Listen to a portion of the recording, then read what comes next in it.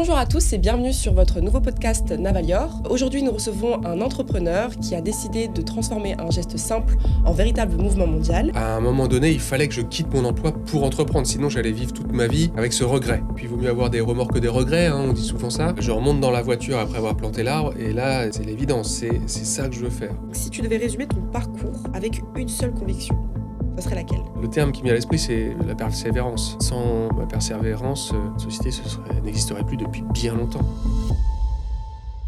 Bienvenue Stéphane Allaire. Merci. Alors, lors d'un séjour au Sénégal, tu as planté ton premier arbre et ce moment a changé la trajectoire de ta vie, on va dire, entre quelque sorte. De ma vie professionnelle, ça c'est sûr. Ouais. Oui. En fait, je suis un urbain. Je suis né en région parisienne et je n'avais jamais planté d'arbre avant d'aller au Sénégal en 2010. Je voulais découvrir ce que c'était que l'agroforesterie, la reforestation. Et j'ai eu la chance d'être accueilli par une personne que je connais et qui m'a fait découvrir ce merveilleux sujet qu'est l'agroforesterie.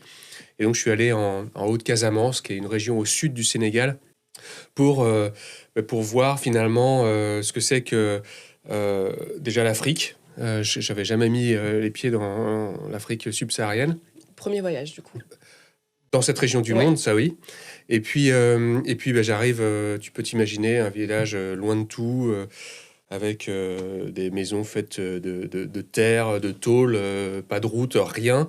Et dans ce village, alors, on est très bien accueillis par les villageois, etc. Mais le choc culturel est très fort. Et donc, on m'a invité à planter un arbre, un manguier. Et ce geste, moi, m'a profondément bouleversé. Il m'a bouleversé d'abord par sa dimension sociale.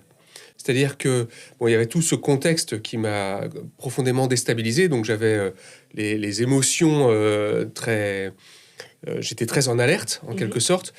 Mais le geste simple de planter un arbre avec une machette dans un sol pauvre, rouge, eh bien, ça m'a touché parce que la personne qui m'a initié à ce geste m'a expliqué tout ce que ça allait lui apporter dans son quotidien, à travers les fruits, évidemment. C'était un manguier, donc les fruits qui allaient être produits par l'arbre, et puis qu'ils allaient pouvoir consommer, mais qu'elle allait pouvoir aussi vendre sur les marchés plus tard et avoir des revenus complémentaires.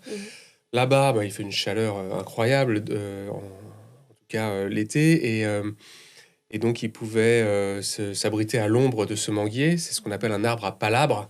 On y refait un peu le monde sous cet arbre. Et tout ça m'a profondément touché.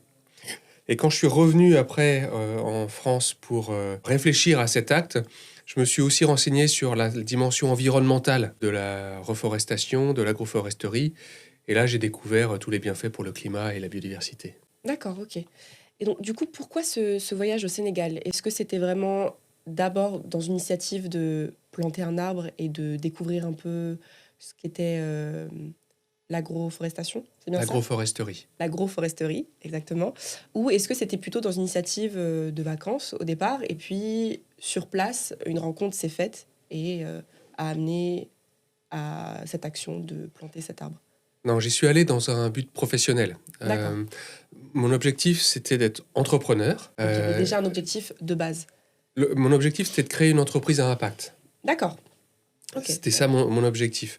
Alors, à l'époque, je disais une entreprise d'intérêt général, parce que le mot à impact n'existait pas encore, ou en tout cas n'était pas vulgarisé comme aujourd'hui. Il faut savoir que mes deux parents étaient entrepreneurs, que mon premier emploi, suite à mes études d'ingénieur, c'était dans une start-up, alors plutôt dans la tech, mais j'avais découvert cet univers start-up qui m'avait que j'avais beaucoup aimé. Et donc, je voulais entreprendre. Mais je voulais donc entreprendre avec un but qui aille au-delà de faire de l'argent ou résoudre une problématique. Mission, en fait, voilà, je voulais une mission d'intérêt général. Et parmi les sujets que je souhaitais aborder, il y avait la reforestation. Mais j'y connaissais absolument rien. Et plus je creusais le sujet, plus ça me semblait intéressant. Alors moi, j'ai une question. Parle-moi du coup des nombreux sujets que tu avais en tête avant de commencer à entreprendre et pourquoi ton choix s'est posé sur la reforestation?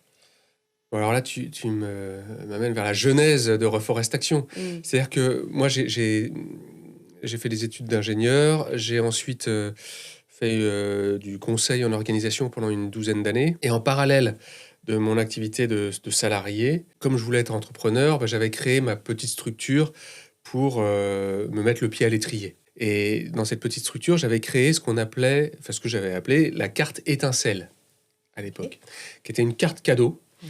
que les entreprises pouvaient offrir à leurs collaborateurs. Mais au lieu d'aller cette carte cadeau la dépenser à la Fnac ou acheter voilà, différents objets ou services, eh bien, tu pouvais la dépenser auprès de l'association de ton choix.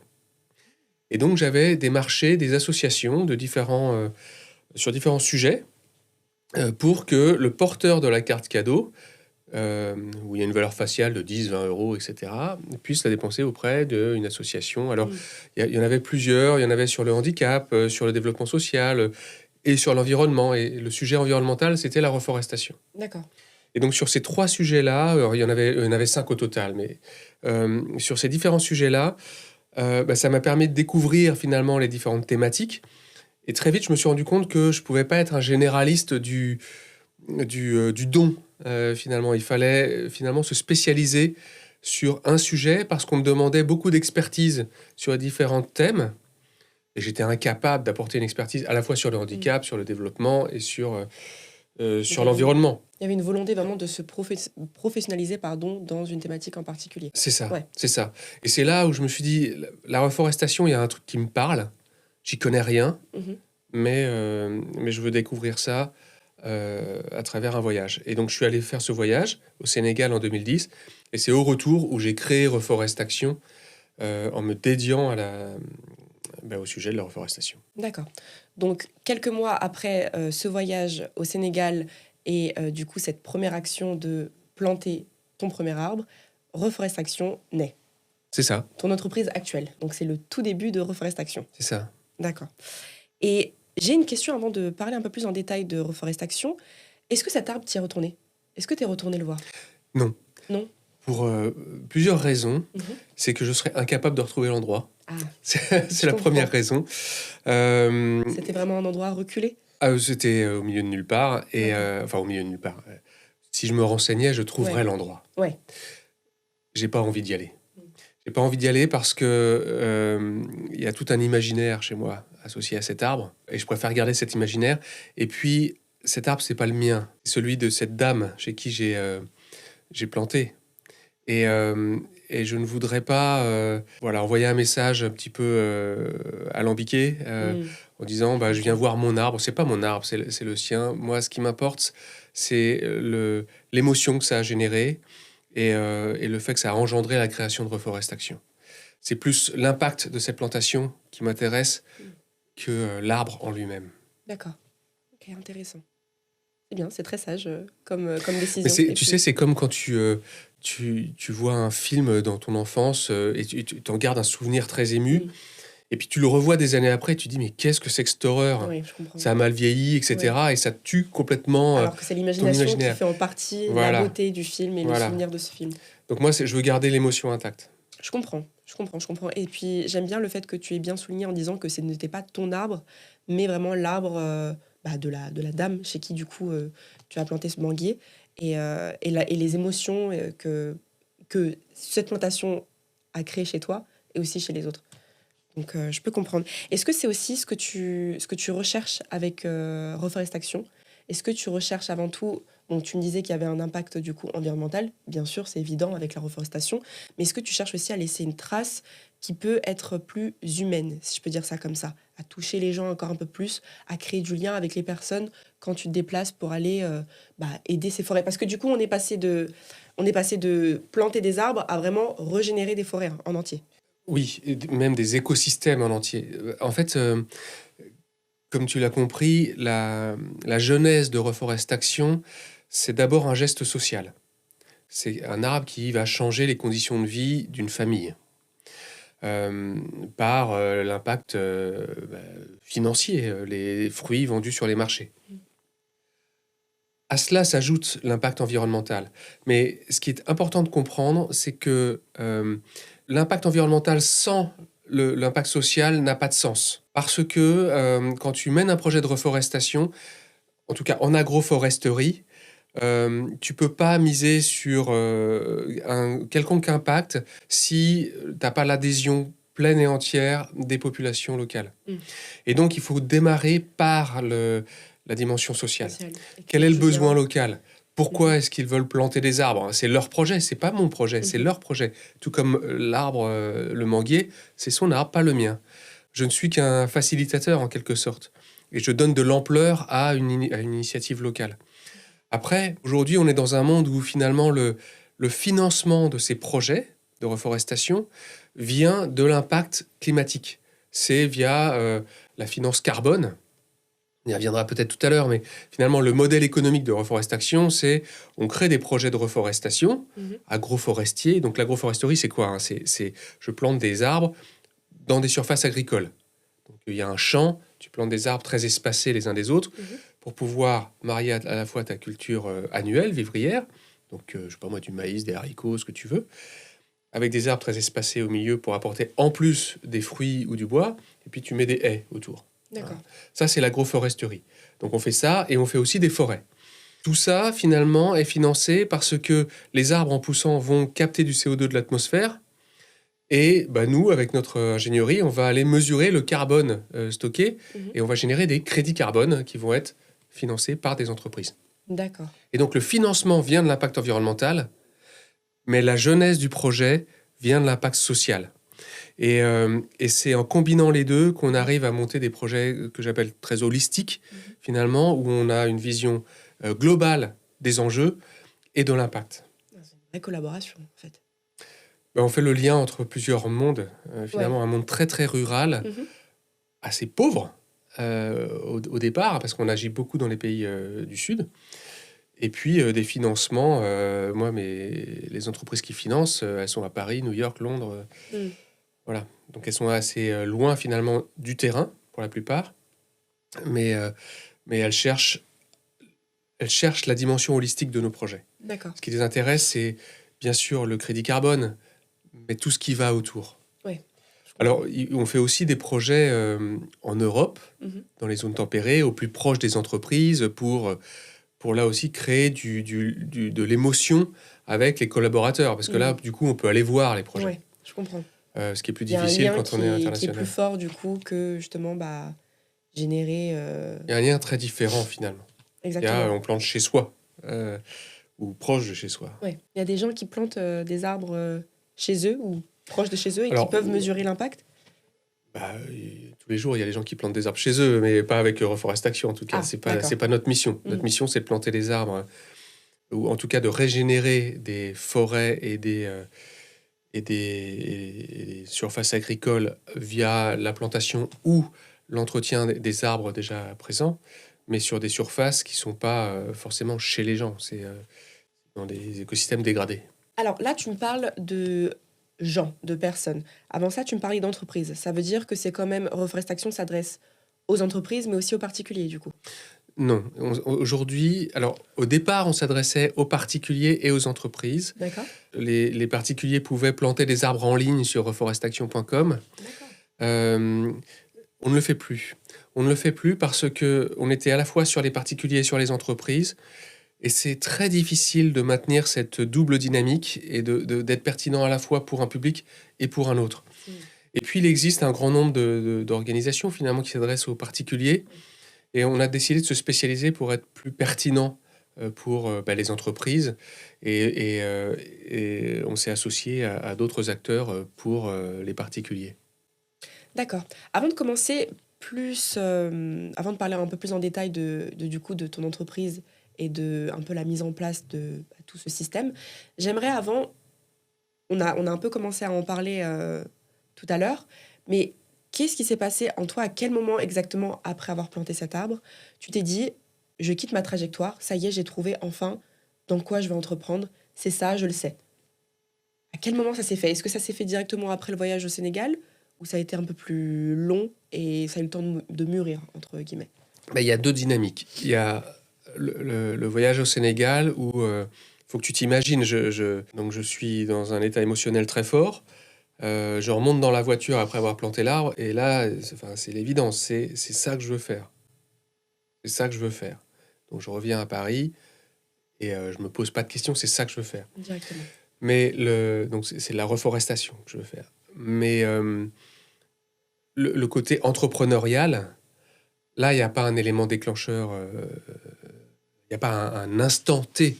C'est un long processus. Tu vois, ça date de mon enfance, avec mes parents entrepreneurs, de ma première expérience professionnelle. Et puis petit à petit, l'envie d'entreprendre a mûri.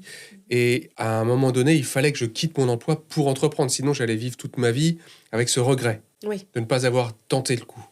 Et donc tu t'es lancé, parce qu'il y a beaucoup de personnes qui vivent dans cette envie de quitter ce schéma actuel, mais cette véritable peur de se lancer alors qu'ils savent pertinemment que c'est ce qu'ils veulent faire. Mais je la comprends, cette peur, parce qu'elle est réelle. Oui. Et c'est pas facile d'entreprendre. Oui. C'est même très difficile. Et je crois que si on a conscience de toutes les difficultés avant de se lancer, on le fait pas. On le fait pas, oui. Parce que moi, Reforestation a 16 ans, aujourd'hui. Les 5 premières années ont été excessivement difficiles. D'accord. Ça n'a pas marché, en fait, tout de suite. Pendant 3 ans, j'étais tout seul. Alors, j'étais aidé par des stagiaires, des alternants de temps en temps, mais je pouvais payer personne, je me payais pas. Et du coup, la difficulté a été immense. Donc, avoir conscience de toutes ces difficultés avant, c'est bien de ne pas partir de façon complètement utopiste et naïve. Mais si c'est vraiment une profonde envie, on ne vit qu'une fois, et puis il vaut mieux avoir des remords que des regrets, hein, on dit souvent ça, et je crois que c'est très vrai. Et puis finalement, une expérience entrepreneuriale, c'est toujours une expérience qu'on peut valoriser derrière, même si on échoue, on peut rebondir. C'est vrai. Ça prouve aussi un aspect de notre personnalité, en fait, de pouvoir se lancer, de quitter un schéma auquel on est habitué. Mais j'ai une autre question, du coup, par rapport à ça. Est-ce que tu penses que le fait que tu aies grandi avec 2 parents entrepreneurs, ça t'a aussi permis de former ton esprit et de plus te lancer, avoir moins d'attentes, et comme tu le disais, avec ce fameux dicton, faut mieux avoir des remords que des regrets, on ne vit qu'une fois, j'y vais. Disons que mon père avait créé une entreprise qui s'est cassé la figure. Il a mis la clé sous la porte. Ma mère a développé une entreprise qui a duré, qui n'a jamais vraiment grandi, mais c'était pas son objectif non plus. Donc je connaissais les réalités du terrain. Mais j'avais envie de ça. J'avais envie de toucher à tout. J'avais envie à la fois de faire la compta, les projets, le développement commercial, le juridique, voilà, de faire naître quelque chose. Alors, je voulais le faire grandir. Je voulais que ça devienne quelque chose d'important. Moi, ce qui m'anime, c'est d'avoir le plus grand impact possible sur l'environnement, sur le développement social. Tu sais que moi, mon rêve, c'est de créer, à travers les projets, un nouveau modèle économique basé sur le vivant. D'accord. Parce qu'aujourd'hui, si tu veux, notre modèle de société, c'est plus on crée de la richesse, plus on dégrade l'environnement, finalement. C'est ce qu'on appelle les externalités négatives. Et on peut pas continuer sur ce modèle-là bien longtemps, en fait. À un moment donné, on sait que depuis quelques années, il y a un véritable problème. Et à un moment donné, on fait comment ? On fait comment ? Et en fait, il y a un modèle économique qui existe. C'est un modèle, alors qu'on peut appeler régénératif, ou il y a des tas de termes qu'on peut utiliser, mais en gros, c'est un modèle basé sur le vivant, donc où on va aller restaurer des écosystèmes pour qu'ils soient productifs, et de cette production, on va pouvoir créer de la richesse, mais sans dégrader l'environnement, tout en captant du CO2, tout en renforçant la biodiversité, tout en restaurant des sols, tout en améliorant l'accès à l'eau, et en améliorant la qualité de l'eau également.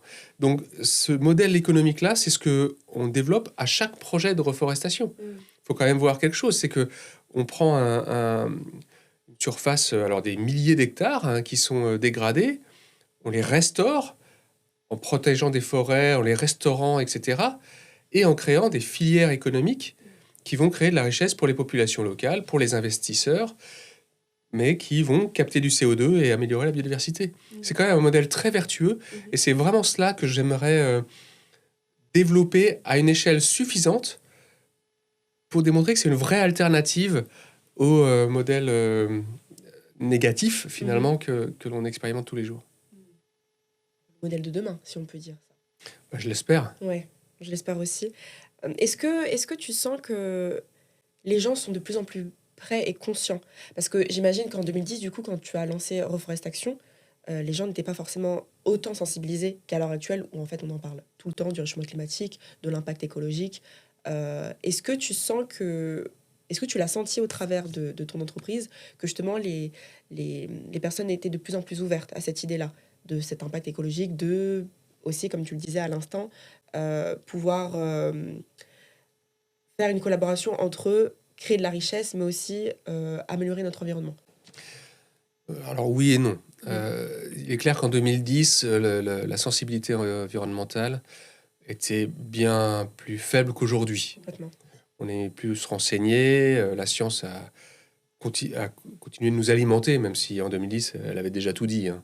Mais voilà, les choses se vérifient de plus en plus. Peut-être avec les réseaux sociaux aussi, qui sont de plus en plus utilisés et accessibles. Oui, oui. L'information circule plus facilement, Ouais. effectivement. Totalement. Et donc, les gens ont conscience de la problématique.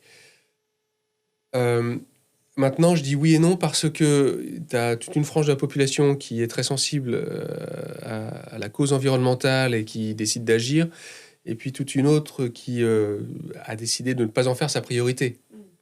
Et je crois qu'il y a une vaste majorité de personnes dont l'imaginaire, le monde de demain, c'est un monde technologique. Exactement.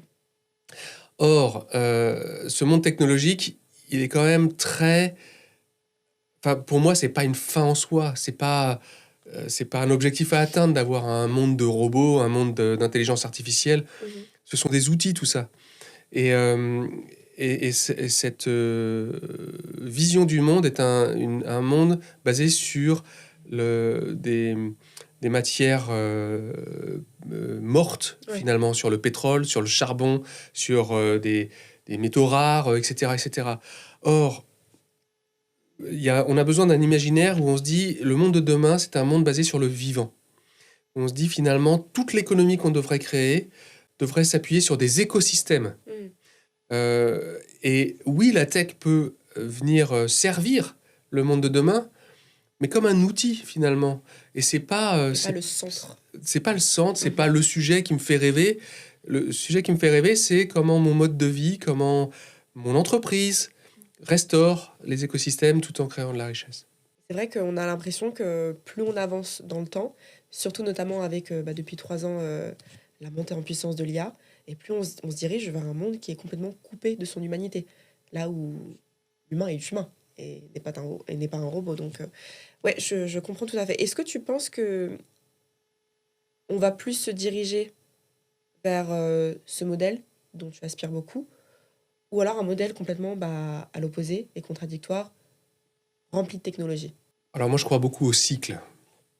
Donc on est dans un cycle techno qui n'est pas terminé.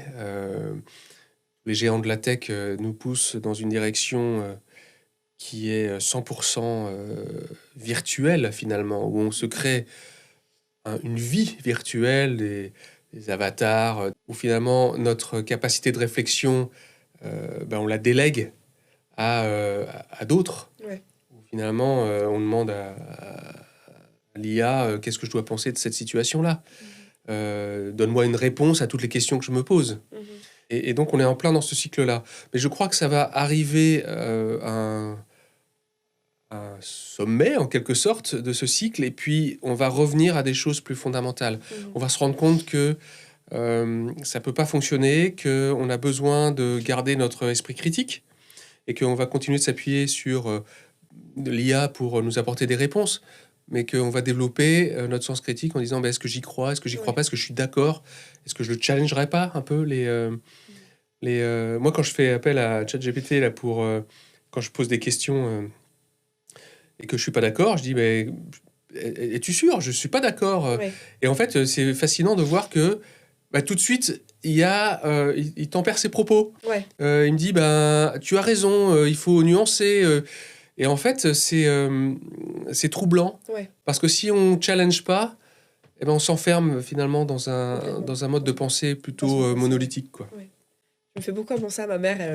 Elle s'amuse beaucoup à faire ça aussi Ouais, avec ChatGPT, de poser des questions et de le challenger, en fait, ouais. justement. Parce que sinon, oui, comme tu le dis, on devient un peu, non pas esclave, mais on a du mal à réfléchir de par nous-mêmes, ouais, d'avoir cet esprit critique. Et en fait, on perd juste cette capacité un peu humaine, déjà, tout d'abord, à s'ennuyer, parce que c'est important de s'ennuyer, c'est là où on trouve des réponses, et aussi à critiquer après. Mm. Je comprends. Et bah, du coup, c'était très intéressant d'avoir ta pensée sur tout ça. Maintenant, j'aimerais plus me rediriger vers ta journée typique d'entrepreneur. Est-ce qu'elle a évolué depuis que tu es devenu entrepreneur? J'imagine que oui, depuis que tu as quitté le salariat. Et comment se déroule ta journée en tant qu'entrepreneur? Une journée typique. Mes journées se ressemblent assez peu D'accord. d'une journée à l'autre. Pas de routine. Peu de routine, on Peu de va dire. routine. Mhm. Euh, Ce que j'essaye de faire, c'est très très difficile, hein, évidemment, mais c'est de garder des moments de prise de recul. D'accord. Tu parlais de l'importance de s'ennuyer. C'est très très vrai. Alors, on s'ennuie rarement, hein, quand on est entrepreneur, J'imagine. euh, mais des moments où il faut s'extraire des réunions, il faut s'extraire du quotidien, parce que sinon on tombe dans l'opérationnel. Et ce qu'on demande à un entrepreneur, c'est de développer une trajectoire, une vision, avant même de gérer les choses. Parce qu'il ne faut pas confondre l'entrepreneuriat avec la direction d'entreprise. Mm, C'est pas parce qu'on est entrepreneur qu'on est un bon directeur d'entreprise. complètement. Et Il y a un peu ce modèle, j'aime bien utiliser le leader et l'anarchiste. C'est pas parce que tu es directeur que tu seras un bon leader. Il y a beaucoup de gens qui ont du mal avec ces deux liens. oui, ou alors l'anarchiste, je sais pas, le Oui, bon, manager et les l'anarchiste, c'est vrai leaders. que j'ai un peu extrapolé. Mais c'est vrai qu'il y a pas c'est pas la même chose entre un leader et un manager. Mhm. On n'attend pas du tout les mêmes choses. Et donc, quand on dirige une entreprise, on est vite dans le quotidien, on est Mhm. vite dans le management. Et il faut surtout garder ce leadership. Et ce leadership impose la prise de recul. Donc, il faut s'extraire du quotidien, il faut rencontrer beaucoup de personnes en externe, en interne, et il faut sans arrêt s'interroger sur est-ce que ma direction est bonne? Est-ce que j'ai raison d'aller dans cette Mhm. direction-là? Est-ce que c'est juste Mhm. pour l'entreprise, pour les collaborateurs, pour les clients, bien sûr, et par rapport aux évolutions de marché? D'accord. Et donc, est-ce que tu arrives à, avec ton équipe, du coup, déjà, combien vous êtes? Est-ce que l'équipe a beaucoup évolué depuis le début? J'imagine que oui, parce que tu me disais en plus que la première année était un peu compliquée, donc j'imagine, et que tu étais tout seul. Donc j'imagine qu'au fur et à mesure, tu as pu monter ton équipe. Là, maintenant, à l'heure actuelle, en 2026, vous êtes combien? Alors, on est à peu près 50 dans le monde. Mhm. Euh, Tu sais, j'ai jamais vécu de régime de croisière en 16 ans. D'accord. Il y a eu des moments très difficiles au tout début, il y a eu des périodes de croissance raisonnable, puis croissance très forte. Là, on a eu une année 2025 très difficile, on a dû laisser partir des personnes, Mm. euh, et il faut se réinventer en permanence parce qu'on est dans un monde qui va excessivement vite. Ouais.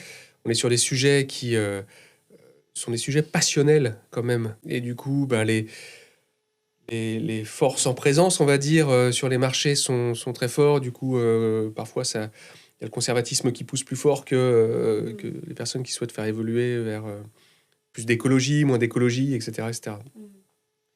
Donc, l'entreprise doit s'adapter en permanence. Aujourd'hui, je me refuse de définir une organisation pour l'année. Je dis, l'organisation aujourd'hui, c'est celle-là. On verra combien de temps ça dure. Et, Est-ce que tu arrives à déléguer un peu des fois? ah oui, oui, je Ouais, délègue beaucoup. complètement. Ouais, ouais, D'accord. je délègue beaucoup. Donc tu n'es plus seul, Ah non, plus du tout. complètement. Non, non, non, non. Reforestation, c'est une vraie équipe avec des compétences très fortes. Mm. Tout le monde est meilleur que moi dans son métier chez Mm. Reforestation. Je suis incapable de faire le métier des personnes qui travaillent chez Reforestation.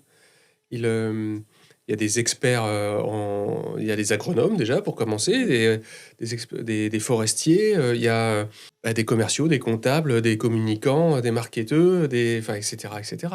C'est une entreprise. Ouais. Moi, mon rôle, c'est d'orchestrer et c'est de donner une direction. C'est compliqué de passer du coup, un modèle de salariat à un modèle entrepreneurial en orchestrant. Est-ce que c'est quelque chose qui se fait assez naturellement, comme c'est ton projet et c'est toi qui as décidé de te lancer dans tout cela? Ou est-ce que c'est quelque chose qui s'apprend au fur et à mesure des années? De toute façon, l'entrepreneuriat, c'est un apprentissage permanent. Mhm. Tu tu te lances pas en étant l'entrepreneur parfait. Ouais. Même quand on est à ta troisième entreprise, je pense que tu continues d'apprendre en permanence. Ce qui est difficile quand tu pars de zéro, c'est qu'au début, tu fais tout toi-même, quasiment. Et puis, plus tu grandis, plus tu délègues. Mhm. Et donc, il faut faire confiance en permanence. Est-ce que c'est dur de déléguer au début et de faire C'est confiance, une question de justement? tempérament, tu vois. Moi, D'accord. j'ai pas trop de mal à déléguer. J'ai tendance à faire confiance d'emblée Mhm. en contrôlant. Et puis, si je vois que ça part dans une direction qui me plaît pas trop, eh ben, à ce moment-là, Mhm. je vais essayer de rentrer un peu plus dans le management de proximité, on va dire. Ouais. Ouais, je comprends. Voilà. Mais d'autres vont plutôt déléguer petit à petit, au fur et à mesure que la confiance s'établit. D'accord. Ok. Tu m'avais parlé de tes peurs plutôt, en disant que bah, l'entrepreneuriat, oui, c'est évidemment pas simple, que les premières années ont été assez rudes, qu'il faut faire preuve de résilience. Et j'aimerais parler de ces peurs, de ces doutes. Comment tu les as affrontés? Comment tu as réussi à les dépasser ou alors à les accompagner pour réussir à être là où tu es aujourd'hui? Est-ce que tu as encore des peurs après 16 ans d'activité ou des doutes ou des changements quelconques? Alors, j'ai moins peur aujourd'hui qu'avant. Euh, il faut savoir que donc, les premières années, ça ne fonctionnait pas. Euh, j'avais plus de revenus. J'avais 38 ans ou 40 ans. Donc, j'étais dans une période où normalement, la carrière se construit, où on se crée un patrimoine. Mhm. Enfin, pour un ingénieur comme moi, mes camarades de promo étaient plutôt en phase ascendante très Ouais. forte dans leur carrière. Moi, j'avais créé une entreprise qui ne fonctionnait pas, où je me souviens de Noël 2013, où je m'étais donné 3 mois pour retourner la situation, pour arrêter. Et le problème quand on est entrepreneur, c'est qu'on n'a pas le droit au chômage. Et donc, Mhm. la boîte s'arrête, on n'a aucun revenu, rien, pas de filet de sécurité. Or, moi j'avais très peur d'une chose, c'était de me retrouver sans emploi pour des raisons financières, parce que j'avais un emprunt, une famille, etc. Mais, mais j'avais surtout peur de ne plus être intéressant sur le marché de l'emploi. Être quelqu'un qui Après cette n'apporte... pause. Voilà, après cet échec. J'avais peur de Mhm. l'échec. Ouais, je comprends. Comment on vend un échec à un employeur? Aujourd'hui, je sais que moi, recruter un entrepreneur qui a échoué, je le recrute. Mhm. Euh, mais voilà, j'ai grandi. Donc j'avais cette peur-là, la peur de l'échec et la peur des lendemains où j'avais pas les moyens de payer mon loyer, quoi. Bon, aujourd'hui, c'est moins le cas parce que déjà, l'entreprise est plus robuste, Ouais. hein. On est plus fragile comme avant, ça c'est sûr. Maintenant, et puis je me dis que voilà, si ça venait à s'arrêter, ben, quand même un certain nombre de choses que j'ai réalisées et que Mhm. je saurais rebondir à titre personnel. Après, je crois plus, enfin, je n'ai plus de peur.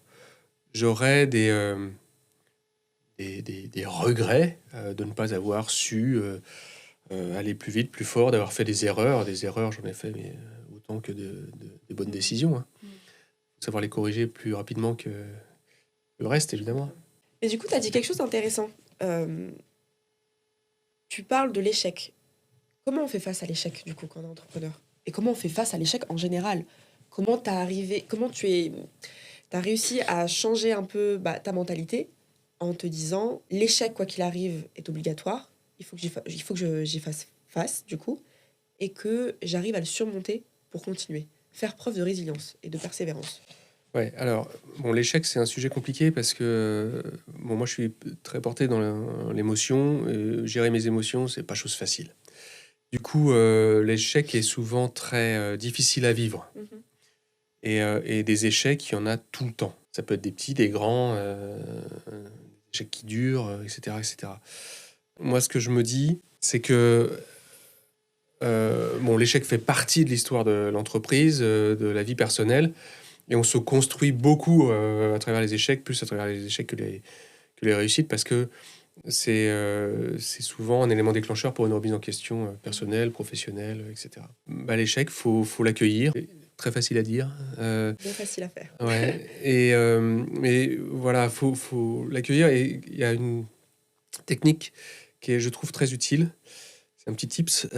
Il faut l'écrire. Voilà, voilà la situation, tel échec. J'ai vécu tel échec.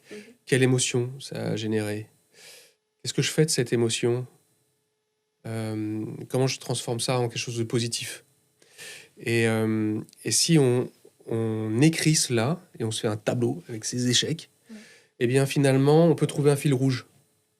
Un fil rouge qui peut être soit il faut que je redresse tel comportement, ou je me fourvoie complètement dans ma stratégie, il faut que je redresse. Mais ça peut être aussi mon comportement doit évoluer pour mieux vivre les échecs. Ouais. Et donc, voilà, c'est en notant et en trouvant ce fil rouge. Et à chaque fois que je l'ai fait, j'ai trouvé un fil rouge. Donc, c'est pas le fruit du hasard. Finalement, il y a une logique dans le comportement qu'on a face à l'échec. Et on l'oublie, au fur d'échec en échec, on l'oublie, on efface le passé. Donc, on se focalise sur le présent parce que, il est douloureux. Mais quand on revient après, on regarde un peu le passé, on se dit, mais en fait, il y a une logique à tout ça et je peux le corriger.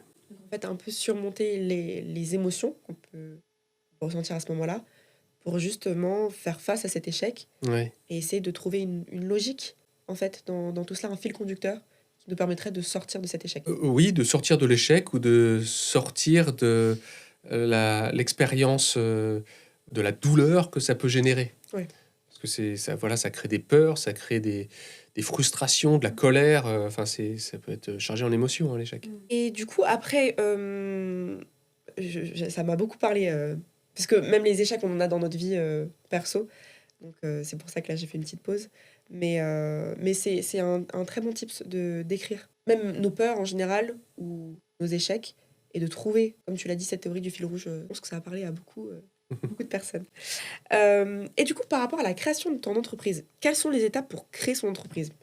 Est-ce que, notamment une grande entreprise comme la tienne, plutôt à grande échelle, est-ce que ça prend du temps? Est-ce qu'il faut beaucoup de fonds en amont? Combien à peu près de salariés il faut avoir en tête combien de salariés sont nécessaires à la création d'une entreprise, et après combien en rajouter en fonction du projet et comment l'entreprise grandit? Comment ça se passe à peu près? Bon, t'as pas une recette unique. Oui, j'imagine. Chaque entreprise est différente, bien sûr. Tout dépend de tes ambitions de départ, de tes moyens. Et du marché dans lequel tu te situes. Si tu es sur un marché qui va très vite, il faut vite mettre des moyens parce que tu n'es pas tout seul à vouloir l'adresser, tout le monde l'a identifié. Ouais. Si tu es sur un marché qui n'existe pas, s'il n'y a pas de marché, tu as peut-être plus le temps. Et puis il faut peut-être y aller de façon plus raisonnable parce que s'il n'y a pas de marché, c'est qu'il n'y a pas vraiment de besoin. Ouais. Donc, il y a peut-être une niche quelque part, mais où est-elle? Et donc, il faut y aller à tâtons, pas mettre trop de moyens tout de suite, parce que sinon, tu vas brûler tout ton cash trop vite.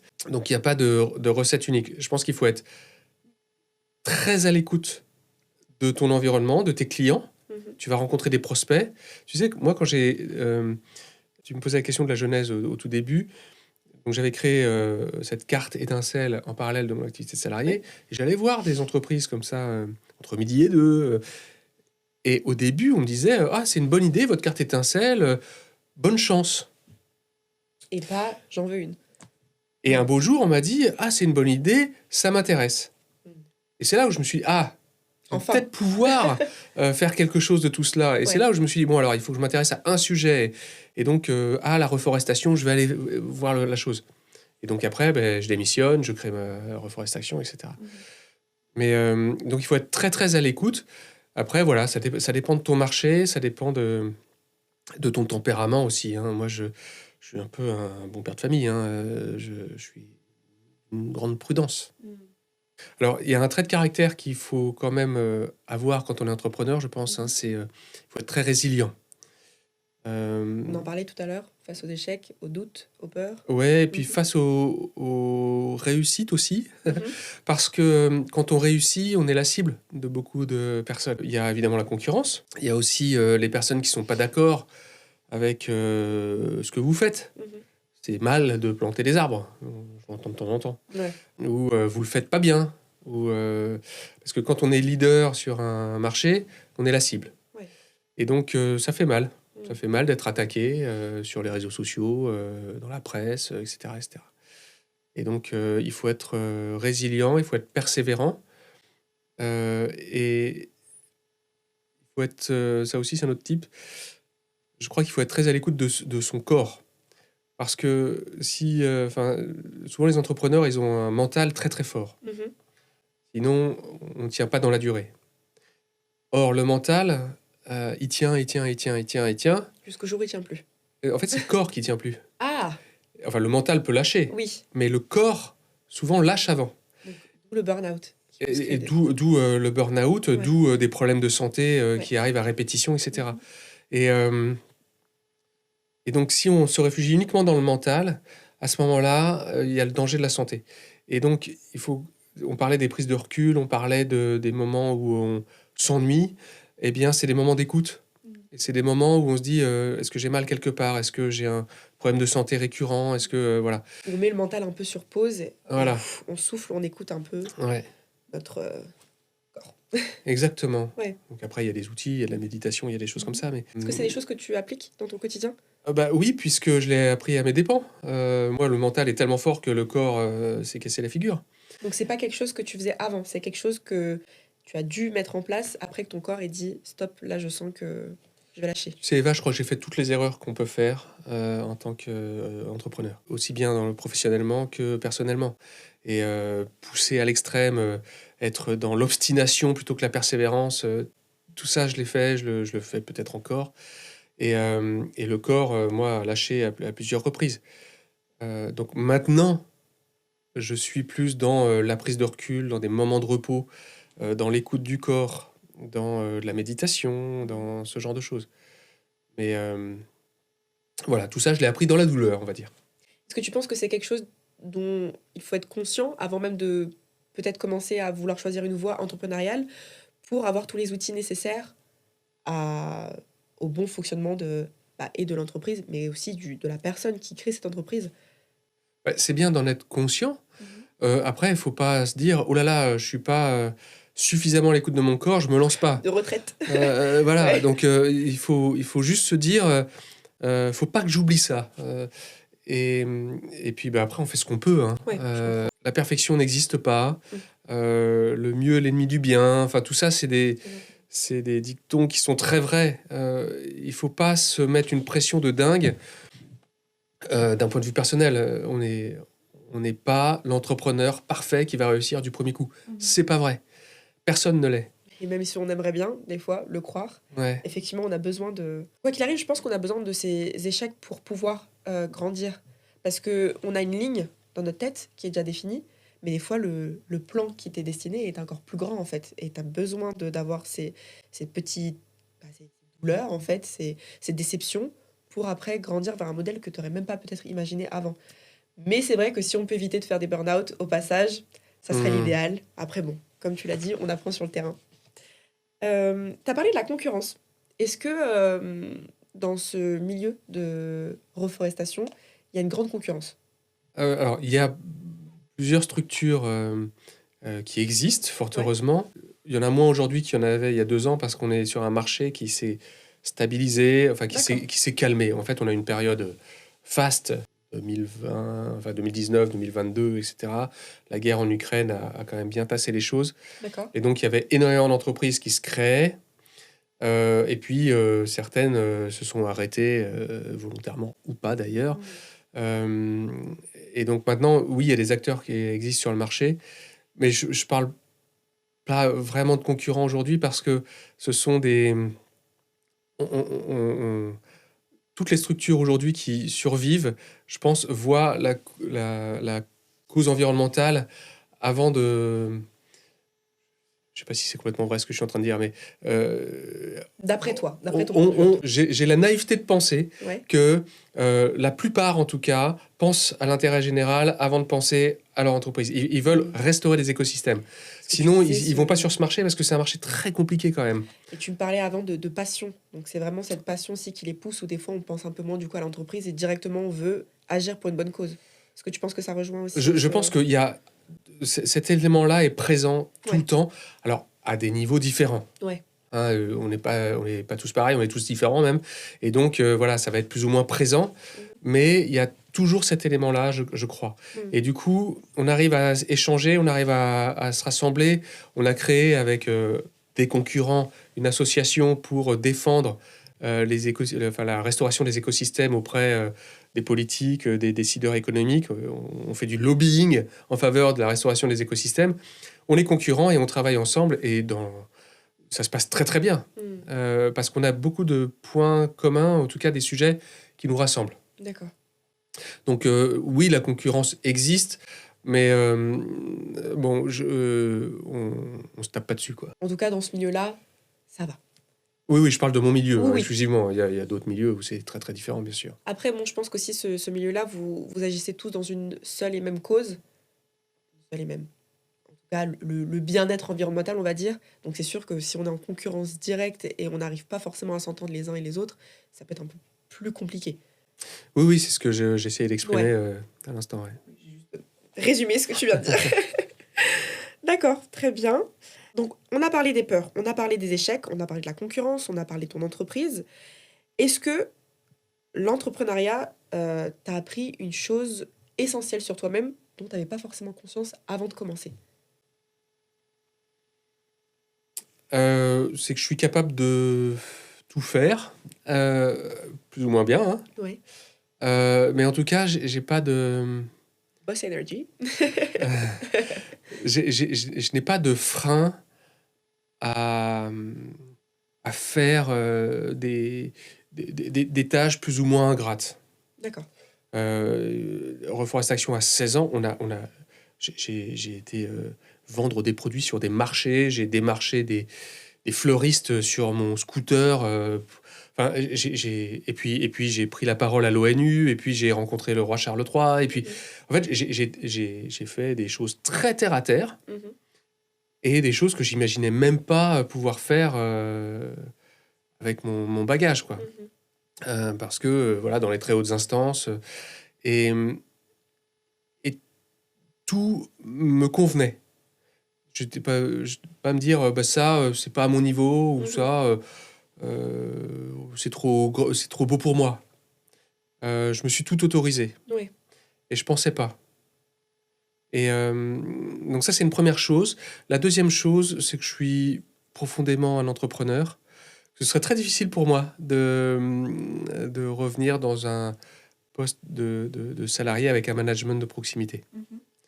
J'ai une grande indépendance. Je suis pas un solitaire, mais je suis un indépendant. Tu l'avais avant même de... T'en avais conscience, ça, avant même de commencer dans l'entrepreneuriat, ou c'est vraiment le fait que tu aies choisi cette branche-là qui t'a montré qu'en fait, non, c'est ça que tu avais envie de faire et que tu n'étais pas forcément fait pour... J'avais envie d'entreprendre, Ouais. mais je ne savais pas si j'étais un entrepreneur, j'avais jamais entrepris. Ouais. Donc c'est pas quelque chose que tu peux savoir en fait à l'avance, c'est quelque chose que tu dois découvrir en te lançant. Mais en fait, si tu veux, je peux parler que de mon vécu et de mon ressenti, mais moi, il fallait que je le fasse. Ouais. Il fallait. C'est vraiment quelque chose qui t'appelait. Ouais. Et parce que sinon, c'était trop frustrant, quoi. Et même, tu vois, quand j'étais salarié, mon premier job, c'était de travailler dans une start-up. Ouais. Enfin, quasiment le premier. Et j'ai adoré, quoi. Je suis parti au Royaume-Uni pour monter une équipe locale en partant de zéro. Enfin, j'ai adoré ça. Ouais. C'était excessivement difficile, évidemment, mais le fait de commencer tout petit et puis de construire, ça m'attire. Mais je pense que c'est un tempérament. Hein. Être entrepreneur, c'est un tempérament. Ouais. Il y a beaucoup de personnes qui, probablement à juste titre, se disent j'aurais adoré créer ma boîte, mais c'est pas pour moi. Bah, ils ont peut-être raison. C'est pas pour tout le monde. Ouais, je comprends. Je pense que l'entrepreneuriat aussi, c'est quelque chose qui est devenu un peu à la mode, si je puis dire. Et il y a beaucoup de personnes qui se lancent, peut-être en sachant, comme tu viens de le dire, que c'est peut-être pas forcément fait pour eux, mais qui ont envie de tester cette expérience, de faire un peu comme tout le monde. Maintenant, il y a beaucoup de gens qui ont leur petite micro-entreprise à l'URSSAF, etc. Donc je pense qu'il y a cette envie aussi d'indépendance. Ça c'est vrai. Qui est forte. Surtout pour ma génération. Mais moi, je vois ça d'un très bon œil. Hein. Oui. Le côté indépendant, bien sûr, et puis le côté entrepreneurial, le fait de se dire, je vais me débrouiller. Ouais. Je vais me débrouiller, on verra ce que ça donne. Ouais. Une fille comme ça, qui se lance et on verra. Ta fille? Oui, ouais. Je trouve ça merveilleux. C'est beau. Je sens beaucoup de fierté. Oui, bien sûr. Ouais. Oh, mais c'est mais pas tous les pères sont forcément peut-être fiers des projets de leur enfant. Hein. Oui, bien sûr. Ouais. Et du coup, on parle de famille. Donc, tu as une vie de famille. Comment ça se passe avec ton travail? Parce que du coup, tu m'as dit que tu avais tu l'as mentionné rapidement plus tôt, que tu avais déjà une famille quand tu as commencé à créer ton entreprise. Est-ce que, parce que là, du coup, on a beaucoup parlé de ta vie pro, est-ce que dans ta vie perso, il y a eu des difficultés des fois avec, du coup, ce nouveau bijou, entre autres, qui avait été créé et qui te prenait beaucoup de temps? Nécessairement, puisque, en fait, ça, comme tu dis, ça prend beaucoup de temps, ça prend beaucoup d'espace et beaucoup d'attention. Ouais. Et du coup, surtout quand on est un cérébral comme moi, on mouline, quoi. On mouline et on est monosujet. Ouais. Ça occupe toutes ces journées. Et puis moi, je suis un insomniaque, la nuit, je me réveille et je pense J'ai fait au une boulot. insomnie la nuit dernière. Ouais, Voilà, pareil. Tu vois bien de quoi je parle. Ouais. Et donc, ça prend trop de place. Ouais. Ça prend trop de place et du coup, la famille peut se sentir délaissée, à juste titre, et il y a un déséquilibre qui se crée. La difficulté, donc, c'est de ne pas créer un déséquilibre trop profond, mais c'est aussi ce qui est difficile, c'est quand on entreprend avec une famille à charge, l'entrepreneuriat, c'est une prise de risque. Ouais. Et du coup, quand on prend un risque financier, alors qu'on a des dettes, des frais, etc., ça rend très inconfortable. Ouais. On se donne moins le droit à l'échec. Ouais. Parce qu'il y a ce risque financier. Donc voilà, quand on démarre avec une vie plus légère en termes d'un point de vue financier, ne serait-ce que ça, c'est quand même un atout. Parce que ça donne plus de temps finalement et on peut y aller un peu plus serein. Je ne sais même pas si j'aurais entrepris, si je serais devenu entrepreneur, si j'avais pas eu ma femme qui m'avait dit « Bon, allez, vas-y ». En fait, elle m'a donné la permission, en fait. Ouais. Parce que c'est pas un risque perso, c'est un risque familial. Ouais. Faut voir une chose, c'est que j'étais très bien payé, et puis du jour au lendemain, c'est les ascédiques qui te payent quand même pendant un temps, et puis après, plus rien. Donc, on partait en vacances, on n'est plus parti en vacances. On dépensait sans trop regarder le budget. On allait habiller les enfants chez Emmaüs. C'est un projet familial. C'est une vraie transition, en fait. Voilà, alors je te dis ça, c'était au début quand ça marchait pas. Maintenant, tout va Maintenant, bien. c'est bon. Mais c'est pas une décision solitaire. Il y a moins de légèreté. Il y a plus de... Ouais, alors après, c'est aussi une force. C'est-à-dire que on n'est pas tout seul. Ouais. On n'est pas tout seul. On a le soutien. C'est pour ça que je disais, est-ce que ça te donne ce jus, cette essence, le fait d'avoir aussi des gens derrière toi, en fait. Là où, bon, quand on n'a pas... Parce que je pense qu'une famille, avant tout aussi un couple, c'est une équipe, un duo. Là où, quand tu peux être au début de ta carrière, il n'y a pas la même maturité, il n'y a pas forcément une autre personne qui est là derrière toi qui peut répondre à tes doutes ou te pousser. Donc, oui, certes, tu disais tout à l'heure que tu as t'as moins de risques qui est lié à l'argent, mais d'un côté, tu as aussi moins je pense, de support. Donc, en fait, l'entrepreneuriat s'adresse à tous et à tout âge. Oui, il n'y a pas de profil unique pour être entrepreneur, ça c'est sûr. Ouais. Après, je pense que d'une façon générale, il faut être bien entouré. Ouais. Personnellement et professionnellement. C'est une de mes grandes qualités, je crois, en termes d'entrepreneur, c'est de savoir très bien m'entourer. Ouais. Parce que dans les moments difficiles, quand on est seul, c'est très difficile. Ouais. Avant-dernière question, de quoi es-tu le plus fier depuis que tu as commencé cette nouvelle vie d'entrepreneur et du coup, ton entreprise Reforest Action? Je crois que c'est d'avoir généré l'impact que les projets apportent sur le terrain. C'est quand même... on a restauré des dizaines de milliers d'hectares. Ce sont des centaines de milliers de personnes, je pense qu'on veut dire des millions, mais de personnes qui ont vu leurs conditions de vie changer positivement. Ça, c'est incroyable quand je regarde, je prends le temps de regarder derrière moi et de me dire finalement qu'est-ce qui s'est passé ces dernières années. Parce que du coup, c'est des millions d'arbres plantés à travers le monde. Oui, oui, bien sûr, oui. Des millions d'arbres et je saurais même pas te dire combien, mais euh, J'imagine. voilà, c'est cet impact. Et je suis fier aussi d'avoir su, euh, ça c'est plus à titre personnel, d'avoir su développer une vision euh, plus aboutie en fait du monde. J'ai beaucoup plus de clairvoyance sur là où je veux aller, ce qui est juste et ce qui ne l'est pas pour moi. Mhm. Et du coup, ça me donne une direction beaucoup plus facile à suivre. Et ça, tu l'as eu par les voyages, par les rencontres, ou vraiment par le projet en soi? Alors, bah, c'est un cumul de tout au J'imagine bien. final. C'est une Ouais. espèce de synthèse Mhm. de mon expérience perso-pro. Il est clair que je fais un métier où on voyage beaucoup, on rencontre des cultures très très différentes. Quand tu vas au Sénégal, au Pérou, je sais pas, en Inde, en France, tu rencontres des gens qui n'ont rien à voir, Ouais, qui vivent des réalités différentes. Il y a plusieurs planètes hein, sur la planète Terre. ouais. Hein. Les gens vivent pas la même chose. Mhm. Et, euh, et ça force à l'humilité déjà, pour commencer. Hein. Le côté j'arrive et je vais résoudre les problèmes des autres, c'est pas vrai. Hein. Ouais. Tu résous rien du tout. C'est eux qui vont te dire voilà mon besoin. Et je vais voir si je peux avoir l'opportunité de t'aider. Mais c'est tout. Hein. Et, et donc, ces rencontres-là m'ont beaucoup construit. Donc, ça m'a rendu humble, mais aussi beaucoup plus riche dans ma perception du monde. Mhm. Je sais qu'il n'y a pas de pensée unique, déjà pour commencer. Il n'y a pas un modèle de civilisation. Il y a Ah, une l'Occident, réalité. et puis Ouais. il y a beaucoup de. Il y a du multilatéralisme hein, partout dans le monde. Et on ne vit pas tous la même chose. On n'a pas tous les mêmes attentes et les mêmes besoins. Donc, ça, c'est les rencontres. Et puis j'aime bien la philosophie, moi. Je lis beaucoup de philosophie. Alors je suis pas un philosophe du tout, mais alors là pour la prise de recul, c'est formidable Mhm. parce que du Bah, ça te coup, nourrit même ton côté humain, je pense. Vu que tu es beaucoup dans le mental en plus avec ton entreprise, ouais, je pense que ça nourrit beaucoup ton côté humain. ouais, ouais. Et Ben, en on le fait, sent. ça me ramène à me poser des questions fondamentales du style qu'est-ce qui est juste selon moi. Ouais. Voilà. Je fais pas forcément ce que le marché attend en priorité. Si le marché attend des choses qui me semblent pas tout à fait justes, j'ai pas envie d'y aller. Ouais. Voilà.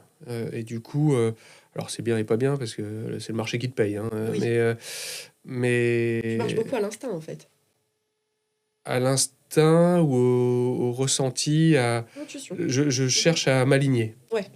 Si je suis pas aligné, c'est qu'il y a un truc qui cloche. À ce moment-là, je cherche à corriger le tir. Donc le plus fier. Mais Oui, tu sais, effectivement. je pense être un leader respectable, mais un manager, ça, je ne sais pas. Donc, quand on entreprend comme ça, c'est bien de faire ce que je fais, d'avoir une vision, de prendre du recul, etc. Après, pour manager les gens au quotidien, il faut Mhm. savoir aussi concret. On revient façon à ce que tu me disais plus tôt. Ça dépend du tempérament de chacun et aussi du Ouais, marché en ouais. soi. Donc du coup, ta plus grande fierté? C'est l'impact. L'impact. L'impact que Reforestation a su générer à travers ses projets. Et petite question pour finir cette belle interview. Donc si tu devais résumer ton parcours avec une seule conviction, ça serait laquelle? Un seul dicton plutôt. Le terme qui me vient à l'esprit, c'est la persévérance. Ouais. Sans ma persévérance, la société n'existerait plus depuis bien longtemps. Mhm. Tu sais, j'ai rencontré, il y a 10 ans maintenant de cela, des entrepreneurs qui avaient créé une entreprise dans l'environnement, etc. Et ils venaient de la tech. Donc, ils créaient une solution tech pour la cause écologique, bon, peu importe. Et c'était donné 2 ans, et pour réussir. Ils n'ont pas réussi en 2 ans, ils ont mis la clé sous la porte, et ils sont allés travailler chez Google et chez je sais pas qui. Ok. J'ai vu ça, j'ai halluciné. Je me suis dit, mais en fait, c'est pas entreprendre, ça, c'est faire semblant. Ouais. Parce que entreprendre, si t'es pas persévérant, faut juste pas y aller. Mm. Parce que les difficultés, déjà, on vise jamais juste du premier coup. C'est à travers les retours des clients que on se rend compte de ce qu'il faut ajuster. Il faut savoir pivoter une fois, 2 fois, 3 fois. Le terme qui me vient à l'esprit, c'est la persévérance. Et pour pas se perdre, parce qu'on est tiraillé dans plein de directions, eh ben, c'est cet alignement, pourquoi j'ai créé Mhm. cette entreprise, donc quels sont mes fondamentaux. Si tu es clair sur tes fondamentaux, ça va bien se passer. Mhm. Si c'est pas clair pour toi, eh ben à ce moment-là, tu peux prendre une direction puis te dire je me suis perdu, mais tu découvres un peu tard. Et donc redresser, c'est plus difficile. Quoi qu'il arrive, c'est comme créer sur une base solide. On a besoin d'une base solide, pas une base un peu Ouais. tremblante, puisque si ta base est tremblante, c'est sûr que dès que ça va un peu pencher sur le côté et que du coup tout va s'effondrer et que tu dis bon bah ça va pas marcher, j'arrête, clé sous la porte, c'est vrai que un peu plus compliqué. Alors que si tu sais déjà ce que tu veux et que tu as déjà un modèle clair dans ta tête, c'est plus facile après de, bien sûr en rajustant, mais de suivre ce chemin. Mhm. Question bonus, ça me fait un peu penser au futur. Comment tu vois Reforest Action dans les 10 prochaines années? Et qu'est-ce que tu souhaiterais qui arrive dans ces 10 prochaines années, du coup? On a un modèle qui peut et qui doit passer à l'échelle. Restaurer des forêts, des surfaces agricoles, j'aimerais le faire à plus grande échelle. Ce que je souhaite vivement, c'est qu'on arrive de plus en plus à travailler avec des entreprises qui nous intègrent au plus proche de leur métier. Parce qu'il arrive qu'on soit un peu à la marge, que donc l'entreprise évolue sur son métier traditionnel et puis fasse appel à nous pour des crédits carbone, etc. Alors, toutes les entreprises avec lesquelles on travaille, je dis toutes, je ne les connais pas toutes, mais les principales, elles changent leur métier de base. Elles ont une conscience écologique, elles réduisent leur empreinte, etc. etc. Mais aujourd'hui, quand on est, je sais pas moi, une entreprise qui utilise des matières premières issues de l'agriculture, on utilise du blé par exemple pour faire des biscuits ou que sais-je, et ben les surfaces agricoles sont pas forcément un impact très positif sur l'environnement parce qu'on utilise beaucoup d'intrants chimiques, parce qu'il n'y a pas un arbre à l'horizon, etc., etc. Et donc moi j'aimerais arriver à combiner à la fois des interventions plus fortes sur leur chaîne de valeur, sur les surfaces agricoles, pour être intégrées au métier de l'entreprise, tout en allant au-delà, parce qu'il est important que les entreprises ne se mettent pas des œillères et se prennent conscience qu'elles font partie de l'écosystème en général. Et donc, oui, il faut s'autoriser à travailler sur sa chaîne de valeur, mais au-delà également.